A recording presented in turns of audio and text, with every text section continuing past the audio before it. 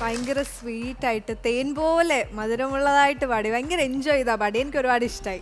Thank you. നമുക്ക് ചേട്ടൻ്റെ ചേച്ചിമാരുടെ അഭിപ്രായം ചോദിക്കാം. ആരോട് ആദ്യം ചോദിക്കണം? സൗഭാഗ്യ ചേച്ചി. ലക്ഷ്മി, ഞാൻ തുടക്കം പറയാൻ വെച്ചിരുന്നത് ലക്ഷ്മി എടുത്തുകൊണ്ട് പോയി.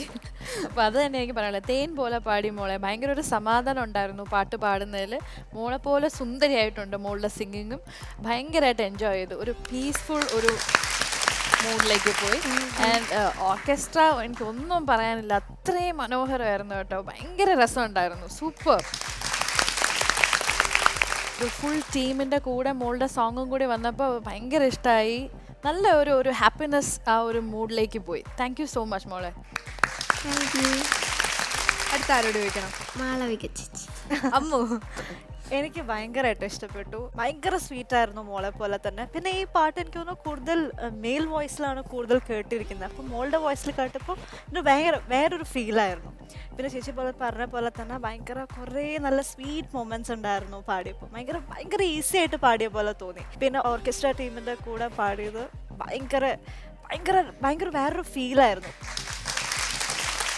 എന്തായാലും നമ്മുടെ ഓർക്കസ്ട്ര ടീമിനെ നമുക്ക് പരിചയപ്പെടാം. ഒരുപാട് എക്സ്പീരിയൻസ് ഉള്ള ഒരുപാട് വലിയ ലെജൻസിൻ്റെ കൂടെ വർക്ക് ചെയ്ത ഓർക്കസ്ട്ര ടീമാണ് നമുക്ക് കിട്ടിക്കുന്നത്. അത് നമ്മുടെ വലിയൊരു ഭാഗ്യമാണ്.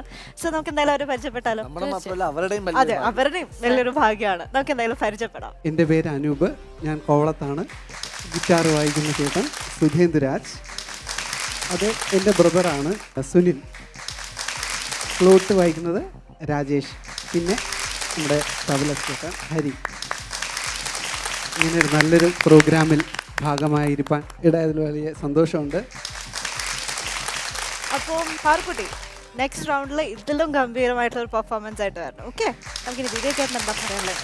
എനിക്ക് ഭയങ്കരമായിട്ട് ഇഷ്ടപ്പെട്ടു. കാരണം ഈ പാട്ട് ഭയങ്കര സിമ്പിൾ ഒരു സോങ് ആണ്. അതേപോലെ സിമ്പിളായിട്ട് വന്നിട്ടുണ്ട്.